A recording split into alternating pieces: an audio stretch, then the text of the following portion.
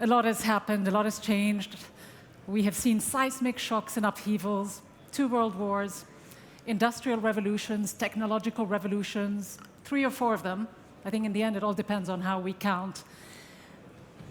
But the issue is that looking back at the last 100 years, maybe even looking back at the last 60 years, back to the 1960s, which was known as the decade of disruption, there was a lot going on. And it was a time in our world where we were deeply divided. There was the East-West divide, the Cold War. There was also the North-South divide, with people around the world trying to free themselves from under the grip of colonial empires. There was the race, or at least the divide and the race against segregation in the United States.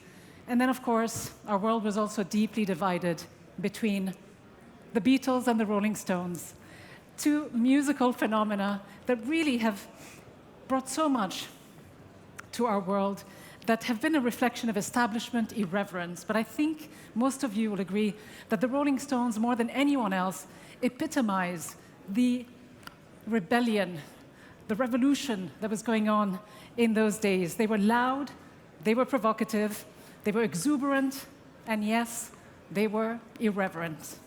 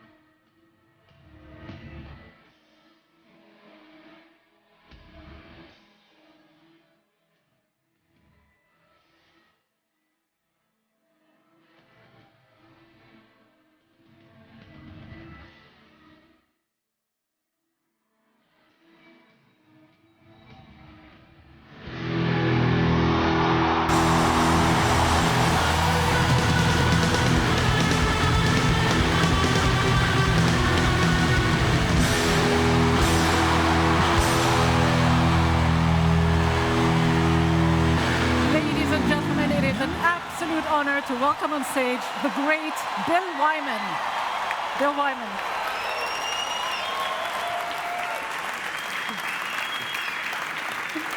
Fantastic. Wonderful to see you. Wow. Bill Wyman, amazing to be here with you in Zurich. I should say welcome back to Zurich. I think it's all downhill from here. Have you been? No, not quite. Rest assured, but I think you've been here before, haven't you? Yeah, a number of times. Yeah, we played here. We did have a crazy one in February of '67. We came from Poland. We played Warsaw when the Russians were there. And we had riots outside with 5,000 kids. But that wasn't because they gave all the tickets to the good party members. And all the fans were in the streets, and the police fighting them and everything. And we thought, oh, we go to Zurich.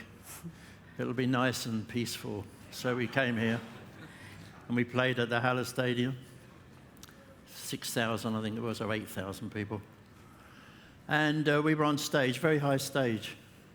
And the audience started to try to break the stage with spanners and everything, and they couldn't do that. So what they did was, as we were playing, they took all the seats and built a bonfire. And yeah, there was a fire. Okay, well, before you go any further, let me just say, don't get any ideas. I'm told by Fabian these seats are actually quite expensive. Anyone damage a seat, you'll get billed for it at a premium. Yeah, so it wasn't and we know how to find it wasn't as peaceful. It's more peaceful today. Right. So with facial recognition and all, please stick to your seats and don't do anything crazy. So I'm not sure if people were expecting you to perform or not, but I don't think you brought your bass with you. I made sure not to. Yeah. Maybe in the after party. You can't play bass alone. No. You need a drummer. You need a drummer. I don't know if we have any potential drummers. I'm sure plenty will volunteer. But let's see, we'll get to that later. Bill Wyman, though, I just have to say, we showed a segment of this documentary film about your life, which I had the privilege to get a little sneak preview of, but everyone else will be able to see it quite soon when it's released. It's called The Quiet One. Yeah, The Quiet One, yeah. That's you. Yeah. and it's a story told by you with everything that you've collected. How does it feel for you to watch this movie about your life, told the way that you wanted it to be? Sorry? How did it feel for you to rewatch a movie about your life, your career? Well, it did cover my life in full, from being a child, growing up in the war with the bombs, living with my grandmother in London when the bombs were falling, going to school with a gas mask, and sleeping in air raid shelters every night, being bombed out once and having to move. And all my family were evacuated to Nottingham, but I stayed living with my grandmother to ease the pressure with my mother, because my father was in the military. And it was very difficult times because there was no food, there was rationing and everything. So, but it taught me to respect everything, so it was very beneficial in the end. It was hard times for you. And then, of course, the film goes through me doing military service in the RAF in Germany. 1955. So I can speak a little German. Right. All the bad words. Which I'm sure a lot of people here will understand. But I do remember, because when I got into civilian clothes in Oldenburg, where I was in Germany, with the very tight trousers, they used to call me Halbstarker, Halbstarker. What's that? Half. Halbstarker. Yeah, you know it. In English, it was teddy boy. It was half strong. Yeah. Because they were all like that. What did that do to you? What? What did that experience in the army do to you?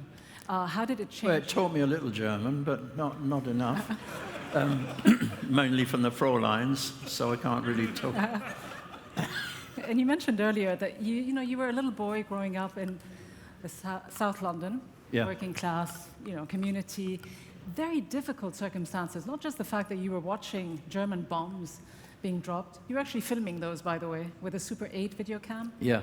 No, I wasn't filming. You were ahead of your time in that sense. I did have a very, very bad one, because coming back from school once, the air raids went and we ran to our homes, and as I reached the top of my street, there was a German fighter bomber coming with the shooting up the street, and we had to go behind a shelter and behind a little wall, and then it went past us, but that was a bit horrible.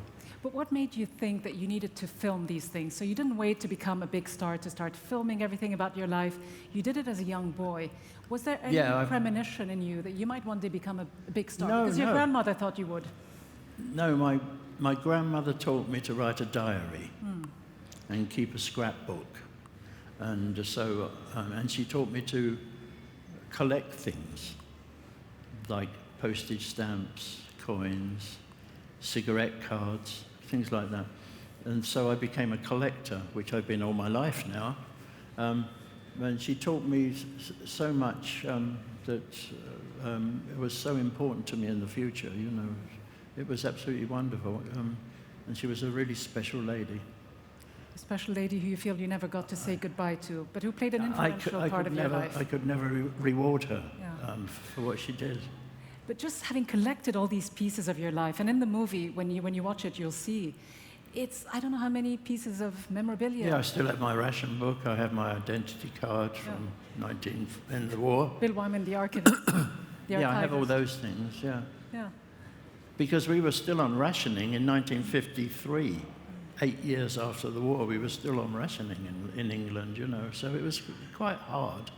Tell us a little bit about how hard it was for you as a boy, because I know you grew up without electricity, with not much food on the table. I know there was that unfortunate incident of eating something you didn't quite wish you had eaten. I mean, tell everyone. Well, we had nothing to eat, so my mother sent us up the end of the road to a bomb site there and told us to pick dandelion leaves. And we had to eat those in bread. Dandelion leaves, like salad, But there was something else as well that you ate, because there was not much to eat. What? There was another thing that you ate as a child, which was quite... Well, we ate whale meat as well. Go on, prompt me. A pet of some kind? Oh. A pet? Yeah, because to have something good on the table was a miracle, So when my family came back, we reunited at the end of the war. Suddenly on a Sunday, we had this magnificent meal. And we were all us kids. I'm one of five children, and we all had this wonderful meal, and we were all so happy, you know. And then we went out into the garden to feed our pet rabbit, and it wasn't there. And so you had 5 children crying. that is painful. I can imagine. That was life in those days. But so in this movie, beyond learning about the difficult circumstances of your growing up, we also discover a person who's quite interesting, the quiet one, perhaps, no doubt, but also someone who is an unsuspected character under the stone-faced bassist Bill Wyman.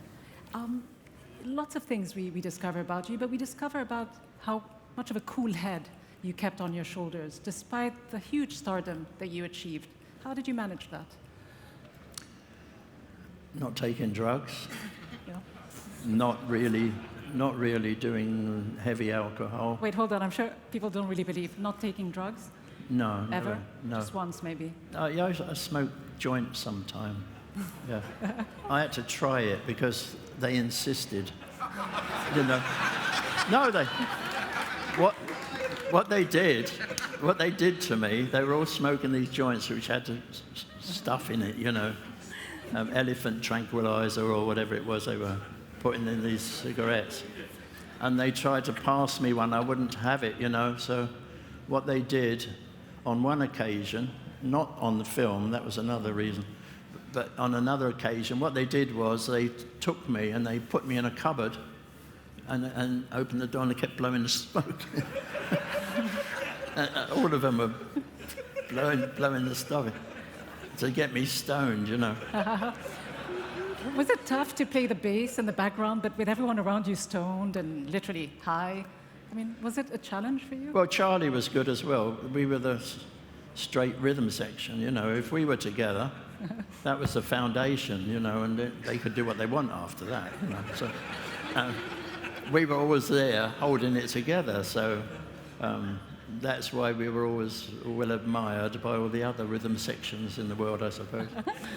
It's interesting. I mean, so everyone who knows you, at least a lot of people who know you, I know Bob Geldof in the movie The Quiet One said, you know, you are so down to earth in that you never started acting as if you were famous. That's the thing about you. And I know your wife, Suzanne, said this to me last night when I met her, that the thing about you is you're authentic. You just do what you do because you love it. You didn't want to be a rock star. You wanted to be a musician doing what he loved. So is there a lack of ego in you? Is that true? Or is the ego maybe too large and that you can actually be humble about it? No, there are the great times, aren't there? There's always the great times, even for everybody. There are great moments. But I like the in-between times as well, when you can be normal, do normal things. Excuse me. Because if you do normal things, you're going to really appreciate when something special happens, you know. And I've always been like that. I've always liked to do the natural changing light bulbs and doing all the ordinary things in the house, you know. It's part and parcel of everything. You consider yourself a normal guy? No, Charlie and I never wanted the adulation or... No? If you ever see videos of our singles, you know, you'll see Mick and Keith and Ronnie leaping about all over the place, and there's Charlie at the back and me at the back, sort of going, look at her. Look at them. And you're the mature one. We have a laugh. You're older than the other guys. You were the mature one. Yeah, I'm older than them, but everybody thought I was the youngest. Oh, really? Yeah, right from the beginning, everybody thought I was the youngest, which was great. Interesting. Yeah, what about the whole fashion icon thing? Was that just accidental? Because that's how you were also all looked at, fashion icons. You were not wearing the uniform look on stage. How did that feel, or was that simply accidental? I was never into fashion either, really. You know, I used to wear clothes, and then people used to say it's out of fashion, but then 10 years later, it was back in fashion, so I was fashionable again, without changing anything. You know, so it was so simple. You know, when you look back at your life, Bill Wyman, and what you experienced, and when you say you wanted to put this movie together, and by the way, it took 5 years to go through all of the stuff that you'd collected, right? And to put this thing together, a very interesting, genuine look at who you are. But, you know, what goes through your mind when you look at the scene, the music scene today, and what you guys represented and what it's like today in this digital age, you know, digital music, the digital distribution of music, I mean, has it lost its soul, or is that just the way the world is, and who cares? Well, it's become a bit like it was when I was younger, and what my dad said, you know, how can you play that bloody music? It's terrible, you know. And I have that problem with young artists now, because I find it difficult to relate to them sometimes. I still revert back to listening to music that I like, of all genres, from the past. You know, that's my favorite music is in the 30s. Yeah. And I love all the stuff that happened then. There were great bands everywhere, great singers. I like songs, you know. I like people that sing and great lyrics and great performances. I can't do all the time, you know. That's not music to me. Yeah, I mean, you say great. It drives you crazy. No. The kids love it because they don't have to think about it. They can just go there and enjoy it, you know, and dance. You say great lyrics, and it's true that the lyrics of the Rolling Stones really represented the time that you were all going through, you know, the rebellion, the revolution. Parents didn't always love you, but... You we know, were so different, though, from every band. But what did it represent, do you think, beyond the music? Was it the attitude, was it the message that you guys were conveying that makes it so still very attractive to a lot of young people growing up? As we began in the 60s, 63, 64, you know, with the first 2 years when we were doing 300 shows a year, you know, and all that, and doing recordings and doing interviews, photo sessions. It was never ending.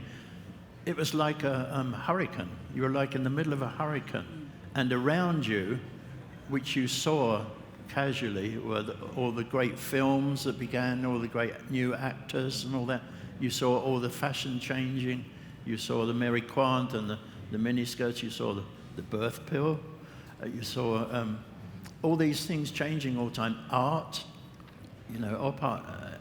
But you were right in the middle of it, and you kind of tend to look back more to see those things and be aware of them at the time.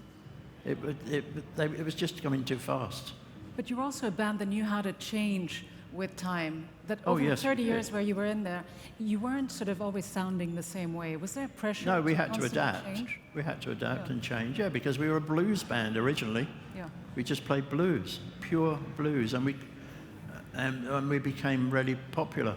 And then when we went into the ballrooms, which was the step up from the clubs, the jazz clubs where we played, because there weren't any other clubs in those days, you had to change because people danced in the ballrooms, and you can't play slow blues. Yeah. You know, you can't do that when people dance. So you had to put in some Chuck Berry stuff and some up-tempo, you know, Walking the Dog and all those songs. And to do that, and then of course you escalated from that a few years later into the theatres, where you did the package tours with, like, we toured with the Everly Brothers and Bo Diddley and Little Richard and all those kind of people, and later with many other famous people like Stevie Wonder, Ike and Tina Turner, and you had to change again, you know, and be more visual and do shows and think about how you did it. You build the show. Was there pressure to be more commercial, though? Or did you sort of resist? Yes, of course, but we were able to do that because we were having hit records then, you know, at the time. And then you go into the stadiums, which is another completely different thing, again. And you end up being that big, you know, on the screen. And you lose contact with the audience completely, you know, except for the first 2 rows. And when you started off, you couldn't dream of having these massive crowds, could you? You said you didn't even dream of recording a hit. We never planned. You never planned it? To be famous. We just played jazz clubs as a blues band and just hoped that people would like us. Yeah. And sometimes we just sat in stalls like this with beers, and the audience was there, and we took no notice of them at all. Yeah. And we just played to ourselves. And played whatever was missing, because apparently no one wanted to play the bass in those days, so you just took it up and built your own homemade bass That must have Oh, impressed yeah, I had to do people that, around yeah. you. When I needed a bass, yeah, I had to build one, yeah. And you decided to become one of the best bass players in the world. But I ended up Yeah. inventing the fretless bass guitar, the guitar with no frets. But I didn't know until about 10 years ago, because I built that in 1961 before the Rolling Stones, and they started to build those and make them commercial. What was it, 1965, 66? So I actually invented the fretless bass without knowing it. Just like that. Yeah, because I didn't like the sound of the frets, because I wanted to do slides, which bass players didn't do in those days. So I could go, boo, boo, I'm a king bee, boo, boo, you know, and other, if you had a frets, it would go, you know, like that. So you could get those smooth things. So that was really my uniqueness. And how do you get into rock and the rock scene? Because initially you're a blues guy. You're someone who loved blues and rhythm, and then suddenly you're becoming a rock star. Did you, I didn't really like it. You didn't like it, but you grew into it. Other people liked it. Oh, yeah. Yeah. No, as I said before, Charlie and I didn't like that. We didn't want it. Oh, my God. You What know, made you we stay? we were the first with families. We were the first with children when they were still being wild and going to the clubs at night. You know, we were going home to our families and all that. We were normal, you know, very boring. Very boring. How political were you in these days? Like, did you sit down with the other boys and discuss? But as I was politics? saying earlier, I'm sorry, I digressed. Why I was taking photographs and all that, you said. It was because I was writing those diaries and all that kind of stuff, and I wanted the photos to enhance the diaries, if you know what I mean. So when I went somewhere, I could see pictures of it and all that. But then when I went into the military in Germany, my mother threw all those away. She threw away all my diaries, all my scrapbooks, everything, because she thought they were just children's things, you know. And so when I came home the first time, I said, "Where's all my stuff?" She said, "I've thrown it away." Oh, my God. And it was a disaster, because to have that now would be magic. And so what happened? So I've kept a diary every day since. Since? Yeah. How old were you?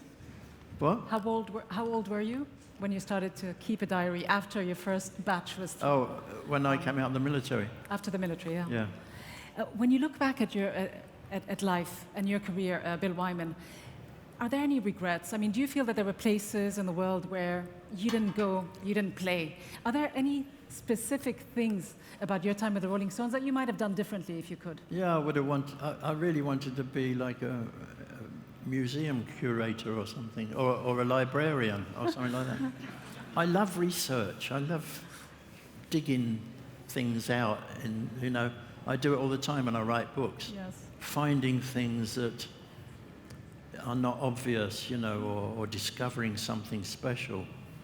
You know, when people in my country house died in middle of the 1300s, I wondered why, and I tried to discover it, and I suddenly realized that was the Black Death in 1348-49, was the Black Death all around Europe, and it obviously killed the people, and I suddenly went ding, and it was like something magical, you know, to realize that little moment of things. That's what I like to do. It's very interesting, and I think you would have done a fabulous job at it. I mean, you obviously have, and we shall all be happy to go into the Bill Wyman Museum much later on in life, hopefully, much later on in life, and see everything that you've collected.